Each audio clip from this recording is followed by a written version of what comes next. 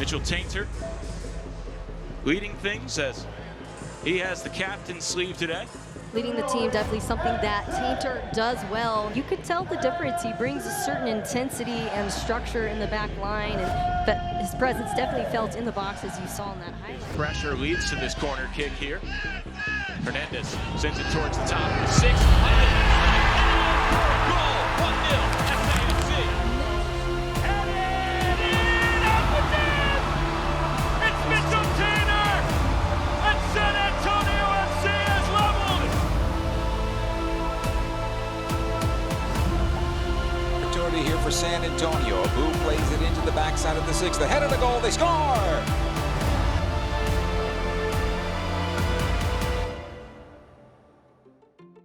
How would soccer go down your lineage to you? Yeah, so my grandfather, Joe Maroney, was a coaching legend at the University of Connecticut. He ended in '96 and was there for almost 30 years. But before that, he was a coach at Middlebury College in Vermont. He went to University of Massachusetts and was the most outstanding three-sport athlete. That's what they had an award for back then for hockey, lacrosse, and soccer. Ended up coaching his first gig at Middlebury and then got the job at UConn. And once my mom and my two uncles were growing up in stores, my grandfather was coaching there. They all eventually went to UConn as well. My Uncle Joe was the oldest, and then my Uncle Bill, and then my mom. And my Uncle Joe was the Herman Trophy winner, which is like the Heisman for football. 2- or 3-time All-American. My Uncle Bill was a 2- or 3-time All-American. Both got drafted and played professionally. My mom was an All-American, and if they had pro sports back then for women, my mom definitely would have been there as well. Like I was telling you before, in 1981, my grandfather won a national championship against Alabama A&M, and it ended up being against Tim Hankinson's Alabama A&M team, who was the announcer for SAFC the last couple years before he passed away. So that was a super cool moment for me coming to San Antonio and getting a message from Tim Hankinson saying, "Hey, I coached against your grandfather, like let's meet up and swap stories." So that was super cool. And yeah, just growing up with a huge soccer family, huge soccer influence was amazing, and obviously has helped me to be where I am today. Slides it sideways, nifty move by DeBrito. He maintains possession. He'll shoot it from there. You got to watch him. Chipped upfield by Lyman for Dorsani. This game is over! Dorsanio has ended it for Connecticut player of the national championship. The mad rush from the Connecticut players. Head coach Joe Marino is in that pile somewhere. Dorsanio scoring. Naturally, with all the energy I had, it just brought me to sports. Obviously, having a sports family, coming from a sports family, it's, you know, I was given a soccer ball before I could walk, so not really forced upon me. It was just kind of a way of life for my family. And you know, like I said before this, I grew up in Connecticut, so it's cold as hell in the winter, so I was playing hockey and indoor soccer at the same time, and I eventually chose soccer.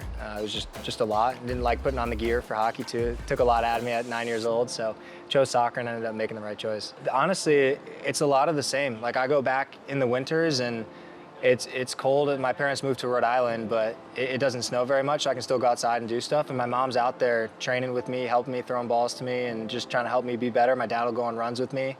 So it's a lot of the same, really. You know, I'm still the same kid that I was, just wanting to play, go outside. And my mom, my dad, who have seen me play over 20 years, they can kind of see how I've developed and what I really need to work on. So, you know, they help me every step of the way, and they're still helping me, giving me critiques, constructive criticism, tell me when I did well, what I need to do differently. So it's a really cool dynamic to have with my mom and my dad. I'm so much more like my mom, like personality-wise, looks-wise, like we're the same person. I've obviously got parts of my dad, but you know, my mom and I, you know, we're like this. So we had a really special bond growing up. You know, she gave me so many tips, and when my dad was working, my mom was in the yard with me, playing soccer, bringing me to games, doing everything she could to help me, watching video, doing technical stuff in the winter in the basements. It was pretty incredible, all the knowledge that she had, and she was able to give it to me, and so I'm super thankful for her and her influence.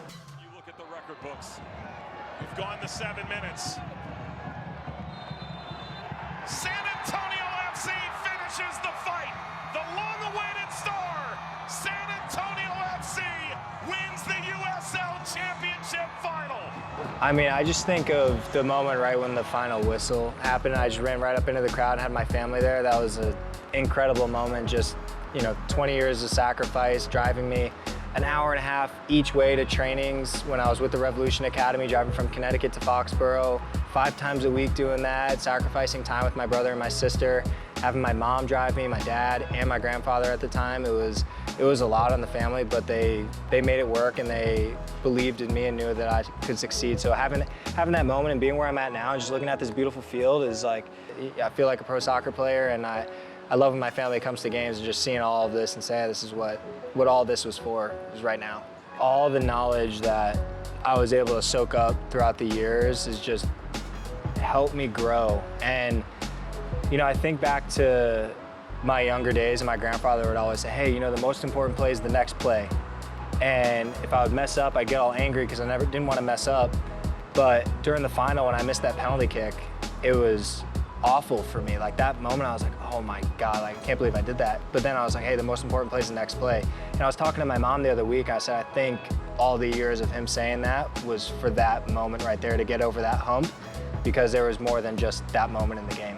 You know, there was a lot more at stake, and that helped me get over that. And I, you know, thought of my grandfather right away, and it was just an awful moment, but a really cool moment, a cool learning moment to see everything come full circle. It's obviously for me, I never thought of it like that, carrying on a family legacy, but that's just kind of the way it worked out. I was the only grandkid that really played soccer at a serious level. So I had that really special bond with him, and to be able to play professionally and, you know, wear Tainter on my back and represent, you know, the Maroney side of my family, which is my grandfather, and, you know, be a source of pride for them and also for me and, you know, my future family as well. I take a lot of pride in that. I think it's awesome.